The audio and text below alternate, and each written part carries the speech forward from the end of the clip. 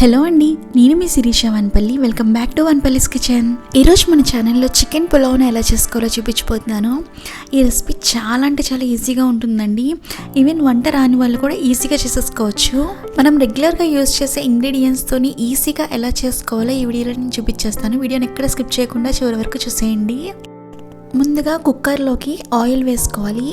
Oil కొంచెం మరిగిన తర్వాత దీంట్లోకి దాల్చిన చెక్క, అనాస పువ్వు, బిర్యానీ ఆకు, షాజీరా, ఇంకా రాతి పువ్వు, ఇలాచి, లవంగాలు వేసుకొని ఫ్రై చేసుకోవాలి.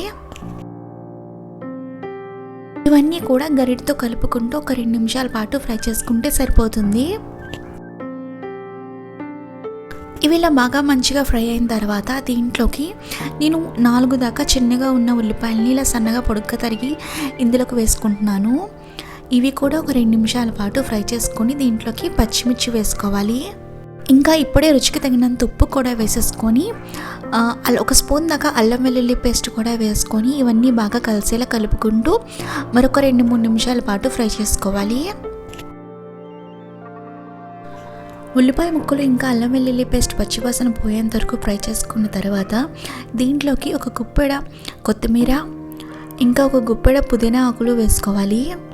ఈ కొత్తిమీర పుదీనా కూడా వేసుకున్న తర్వాత ఒకసారి అంతా బాగా కలిసేలా కలుపుకొని దీంట్లోకి ఒక స్పూన్ దాకా నెయ్యి కూడా వేసుకొని బాగా కలుపుకోవాలి. ఇప్పుడు నేను దీంట్లోకి ఒక పెద్ద సైజ్ టమాటాని చిన్నగా కట్ చేసుకుని ఇందులోకి వేసుకుంటున్నాను. ఈ టమాటా ముక్కలు కూడా కొంచెం మెత్తపడేంత వరకు ఫ్రై చేసుకోవాలి. టమాటా ముక్కలు కూడా కొంచెం సాఫ్ట్గా వేగిన తర్వాత దీంట్లోకి ఒక స్పూన్ దాకా కారం వేసుకోవాలి. ఇంకా దీంట్లోకి 2 స్పూన్ల దాకా ధనియా జీలకర్ర పౌడర్ వేసుకోవాలి. ధనియా జీలకర్ర పౌడర్ వేయించింది వేసుకోండి, స్మెల్ చాలా మంచిగా వస్తుంది. ఇప్పుడు దీంట్లోకి ఒక స్పూన్ దాకా నేను చికెన్ మసాలాను కూడా వేసుకుంటున్నాను. ఇప్పుడు ఈ మసాలాలన్నీ మంచిగా కలిసేలా కలుపుకుంటూ మరొక 2 నిమిషాల పాటు ఫ్రై చేసుకోవాలి. మీరు నా ఛానల్ని ఫస్ట్ టైం చూస్తున్నట్లయితే వీడియోని లైక్ చేయండి. మీరు లైక్ చేసినా కామెంట్ చేసినా కానీ కొంచెం ఛానల్కి కొంచెం రీచ్ ఎక్కువగా ఉంటుంది. ఇదంతా మంచిగా ఫ్రై చేసుకున్న తర్వాత దీంట్లోకి కొంచెం పెరుగు కూడా వేసుకోవాలి. కొంచెం అంటే ఒక 2-3 స్పూన్స్ దాకా వేసుకుంటే సరిపోతుంది. 2-3 స్పూన్స్ పెరుగు కూడా వేసుకున్న తర్వాత ఇవన్నీ మంచిగా కలిసేలా మరొకసారి కలుపుకోవాలి. పెరుగు వేసుకున్నాక 1 నిమిషం పాటు ఫ్రై చేసుకుంటే సరిపోతుంది, మరీ ఎక్కువగా అవసరం లేదు. ఇప్పుడు దీంట్లోకి 1/2 kg దాకా చికెన్ వేసుకోవాలి. చికెన్ కూడా వేసుకున్న తర్వాత మనం ముందుగా ఫ్రై చేసుకున్న మసాలాలన్నీ ఈ చికెన్ పీసెస్కి బాగా పట్టేలా కలుపుకుంటూ ఒక 5 నిమిషాల పాటు ఫ్రై చేసుకోవాలి. ఇలా ఫ్రై అవుతున్న చికెన్ పైన మూత పెట్టుకొని విజిల్ పెట్టకుండా మరొక 2-3 నిమిషాల పాటు ఫ్రై చేసుకోవాలి. ఇప్పుడు కుక్కర్ పైన ఉన్న మూత తీసి ఇప్పుడు దీంట్లోకి శుభ్రంగా వాష్ చేసుకున్న 1 గ్లాస్ దాకా రైస్ని ఇందులోకి వేసుకుంటున్నాను నేను. మీరు కావాలనుకుంటే ఇలా నార్మల్ రైస్కి బదులుగా బిర్యానీ రైస్ని కూడా వేసుకోవచ్చు. రైస్ కూడా వేసుకున్న తర్వాత ఒక 2 నిమిషాల పాటు కలుపుకుంటూ ఫ్రై చేసుకోవాలి.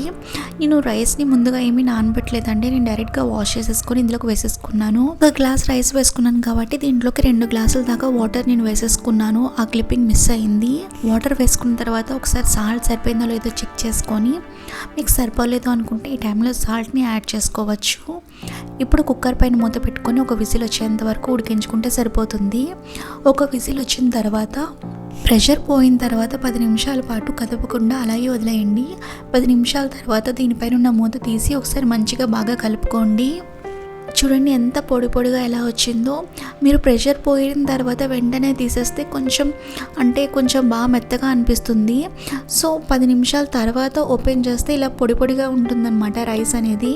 చికెన్ కూడా చాలా పర్ఫెక్ట్గా ఉడికిపోయింది. ఇంతేనండి చికెన్ పులావ్. చాలా ఈజీగా చేసేసుకోవచ్చు. ఈవెన్ చిన్నపిల్లలు కూడా చేసుకునే విధంగా ఈ రెసిపీలో నేను చూపించాను. వీడియో నచ్చితే ప్లీజ్ లైక్ చేసి షేర్ చేసి కామెంట్ చేయడం మాత్రం మర్చిపోకండి. ట్రై చేశాక కింద కామెంట్ సెక్షన్లో కామెంట్ చేయండి ఎలా వచ్చిందో. Thanks for watching this video. Bye.